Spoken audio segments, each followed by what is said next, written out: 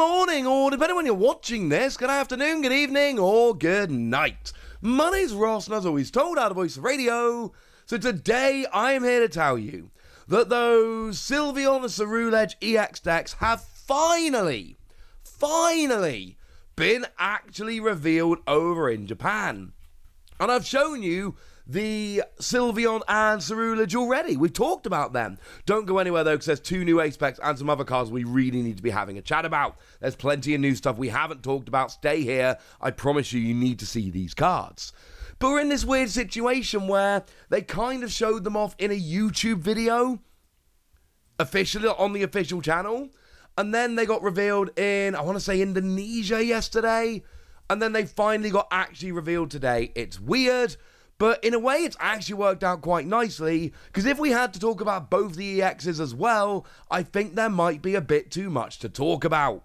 Good news is, we've talked about those EXs. I will link those videos in the description. I think they are both potentially very good, incidentally. I think both the EXs have a lot of potential, but there's a couple of new ace specs, so let's have a chat about them. As always, I've done the translations here myself, because I'm very proud of the fact I can do that now. But I've also gone and checked with the lovely Antoine Boulet, because I don't have enough hubris to suggest I know everything. So, what have we got in terms of new ace specs? Well, we've got 2 of them, 1 in each deck, and they're both potentially very, very good. We've got Cherish Carrier. I love this one. Nice and simple. It's an item card that reads, search your deck for any number of basic Pokemon and put them on your bench. And then shuffle your deck. Love it. Absolutely love it. There is so much to get excited about here because it's just great. It's absolutely great. It's double Battle VIP Pass as an item card. And remember, double Battle VIP Pass was the dream back when it was legal. You'd get 1 if you were lucky, 2 if you were having an exceptional game, and if you didn't hit 1, you were just a little bit sad. This gets all of your basics, and we're in a format with Arven right now. Turn 1, going second, use Arven, boom. All of your basics, no issue. Or maybe you're going first and you can't play a supporter, but you can play something like Squawkabilly. And then you discard your hand, you draw a bunch more cards. Oh, look, one of them is this. Let's fill my bench. I adore this card. Like, obviously, best case scenario, you start with something good, play this, get your ideal bench of 5. But even if you get this when you've only got 3 or 4 bench spaces left, the idea that you get all of your bench with no downsides, I adore this. Sure, it means you have to give up something like Prime Catcher, or any other ace spec, which not every deck is going to be willing to do, I grant you. That's the whole point about ace specs, you've got to make a choice. But in any deck where your main concern is, I really hope I get set up, oh, this is amazing. It's phenomenal and amazing and brilliant, and I love it. I think it's a 5 WOSSy card. I don't think every deck's going to play it, but I do think there are enough decks out there that desperately want to get set up that being able to get your perfect bench turn 1 guaranteed, oh, it's good. What about the other one? Well, the other one's got some fun here as well. Perfect Mixer. Search your deck for 5 cards and discard them. I've been telling you for a long time that Battle Compressor was too good, and the Battle Compressor should never have been printed because it was too good. And I stand by that opinion, incidentally. I think Battle Compressor was too good of a card, and printing it was not a great idea. And you just saw how much good this was for so long. How much good this was is a terrible phrase. But you saw how great it was and how much impact it had.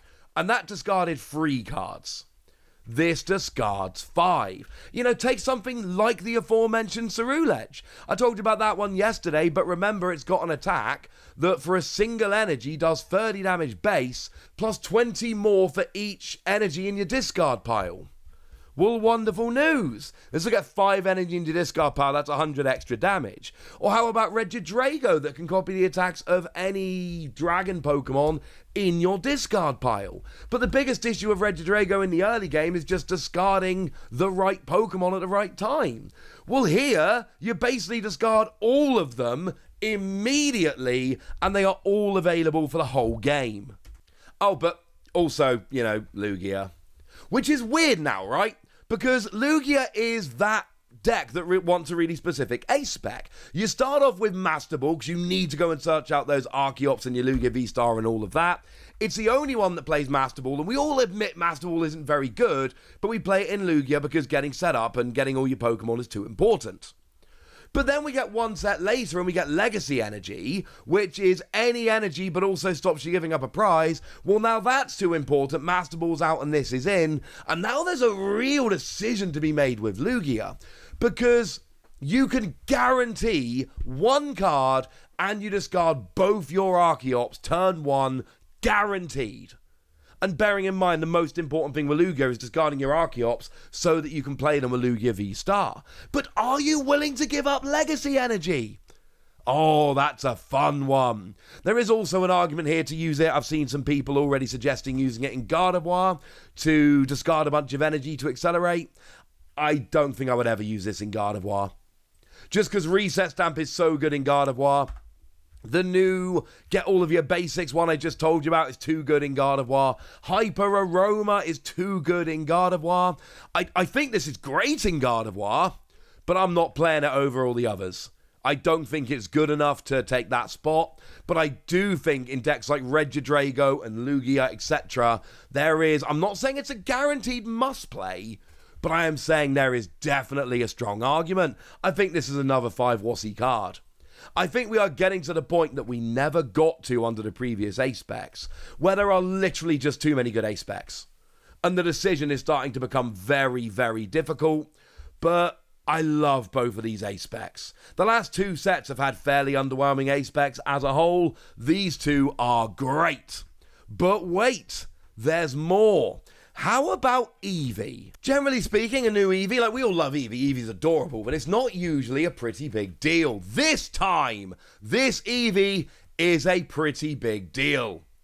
Because it's got an ability that says, if it is in the active spot, it can evolve during your first turn or the turn you play it. You can break the rules of evolution with this Eevee. You can play it down and immediately evolve up into, I don't know, just as an idea, the Sylveon I showed you that's in this deck, which doesn't actually have a single energy attack, which is really kind of annoying.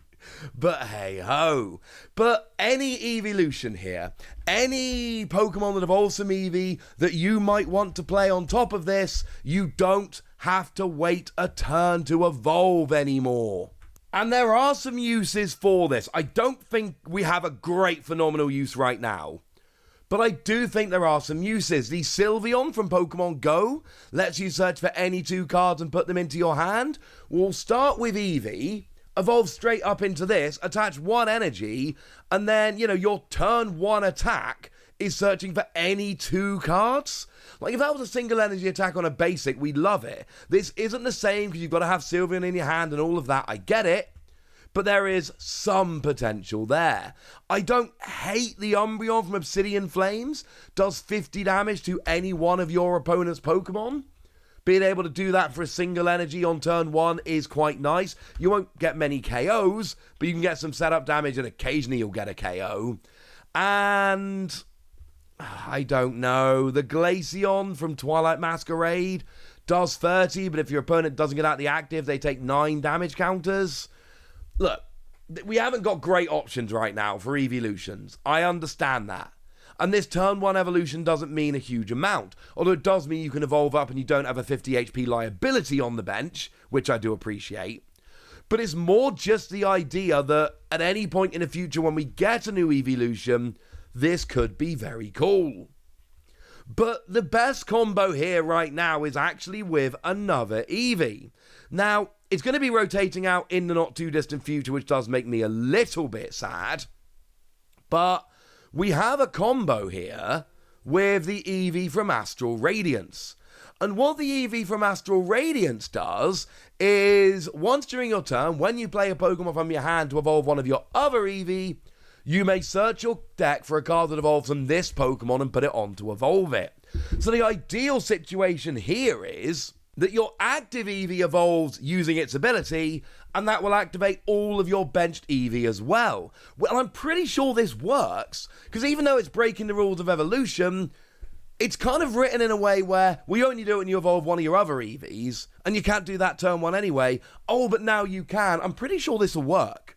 And then you can potentially get all 4 Eevee evolved up immediately, except this one, you search your deck for the evolution, so it's only the one in the active you're evolving that you need to have the evolution in hand, and I'm just saying this could be awesome. I'm not giving a score to this Eevee because it's kind of irrelevant, it's a bit weird, but I'm just telling you right now, I don't think we have an evolution that's good enough, but I am saying we might in the not too distant future, and oh my word, this could be awesome. But there are a couple of other Pokemon that are coming in these decks as well we need to mention nice and quickly. No, wait, there's an item card first. Tera Orb. And this one, you could guess what this did. You don't even need to see the translation here. Search your deck for a Tera Pokemon, reveal it, and put it into your hand. It's great. Guaranteed search with no downside for a Tera Pokemon. It's not like Ultra Ball where you're discarding 2 cards from your hand or any of that. You just search for a Tera Pokemon. Love it. Bearing in mind that, like I keep telling you, there's a lot of Arven decks around right now. So Arven decks, you can just play like one of these and then guarantee to search for that Tera Pokemon. Go and get it for a Charizard deck, or a Dragapult deck, or a Terrapagos deck, or literally any Tera Pokemon deck. I'm not saying it's going to be a 4 of because it doesn't get your basics unless your basics are Tera, in which case this card is completely broken.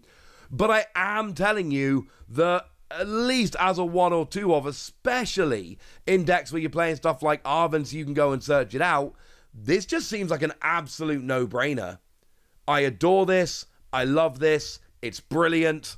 Yeah, I think this is great. I think it's a brilliant card. I think it's a 5 Wassy card. I know I'm giving away like candy today and I don't even care. Both the A-Specs I showed you are great, and this card is great. And for what it's worth, the Eevee is great as well. Brilliant. What about the last 2? Not quite as great, but very interesting. Azumarill? No, actually, Azumarill is great.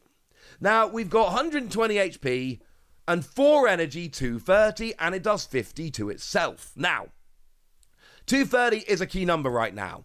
I just showed you Terrapagos, it's got 230. Iron Hands, 230. 220 used to be the magic number for basic Pokemon Vs, but for basic Pokemon EX, the magic number is 230. You want to hit 230, you're hitting 230. Oh no! It's for 4 energy! That's too much! Nah, mate. The ability says, if you have a Tera Pokemon in play, this Pokemon's double-edged attack can be used for 1 psychic energy. This is absurd! This is absolutely absurd. Take like a Terrapagos deck where you're going to have a bunch of Tera Pokemon in play, which has 230, so in the mirror, great. And you need to fill up your bench, because the whole point of Terrapagos is filling up your bench. So, sure, you've got to play down your Murl and evolve it, oh no, but then 230 for a single energy? Like, in a Terrapagos mirror, this will KO an opposing Terrapagos. That's nuts. It'll KO a Iron Hands. Now, admittedly, it's in range of Iron Hands, so be a little bit careful. It'll KO a Roaring Moon. Like, this is ridiculous. I adore this card. This card seems a bit too good. Sure, it's only for Tera decks, but there are a lot of Tera decks out there right now. And now you're telling me I can do 230 for a single energy? Literally yesterday, I realized I don't have a pet deck around right now. And I've been looking for the past day, trying to find a single energy stage 1 that's good enough that I can build a stupid counter deck around. And then this morning they show me, it's this. I'm 100% building a deck around this, because it's not that easy to turn off abilities of non-rule box Pokemon, and now all of a sudden 230 for a single energy? That's ridiculous. I'm giving it 5 Wassies and you can't stop me. I know I keep giving out 5 Wassies, I don't care. This card is ridiculous. It's not probably going to be in Stellar Crown, though. We probably have to wait for the set afterwards, which makes me sad, because I want to play with this card now. Man, I love this card. Oh, but there's actually one more as well. There's Ho-Oh. Yay. What we got here is 130 HP, phenomenal artwork by Kodama. We got 2 energy, 50, yeah mate, nobody cares. And then we got free energy, 100 damage. If you have a Tera Pokemon in play, it does 100 more damage. And I think we have finally found a card in these decks that I don't love. But I'm telling you, I genuinely feel a bit guilty. There's too much news the past couple of days. But doing both the Specs and Tera Orb and the Eevee and the Azumarill in one video honestly feels like I'm spreading the video too thin. There's too much good stuff coming. But I need to tell you about all of it. What do you want me to do? This Ho-Oh I don't like as much. But I will say Charizard is a Tera Pokemon. And when you evolve into it, you accelerate fire energy. And 200 might not be a phenomenal number, although I will say Charizard decks do tend to be playing Defiance Band. So that will then make you hit 230, and you could often be behind on prizes. And 230, as I've told you, is a magic number. So there is a real chance, especially in like Charizard decks, playing this as a one-of, as a single prize attacker that can hit 230 with Defiance Band. I don't think it's amazing, but I do think there is a little bit of potential there. In fire decks that are playing a Tera Pokemon or can play a Tera Pokemon, as a single prize attacker, I don't hate it, ladies and gentlemen. I'm giving it between 3 and 4 Wassies. We don't give half Wassies. That would be barbaric. Right, there we go. I'm in love with these cards. Like, Azumarill's my favourite. I adore that card. I think it's ridiculous, but I want to know what you think. So let me know in the comment section, would ya? Go nuts! Be nice. And then make sure you like this video, subscribe to this channel, follow me on Twitter at @TheWassie. That's where we talk Pokemon and a whole bunch of other card games. And please do consider checking out patreon.com/PTCG Radio, where you can support the channel, get some bonus podcasts and all kinds of fun things.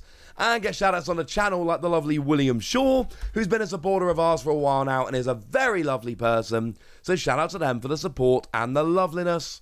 But by far the most important thing as always, look after yourselves till next time, would ya? Thank you very much for watching. My name's Ross, and you've been watching PTCG Radio.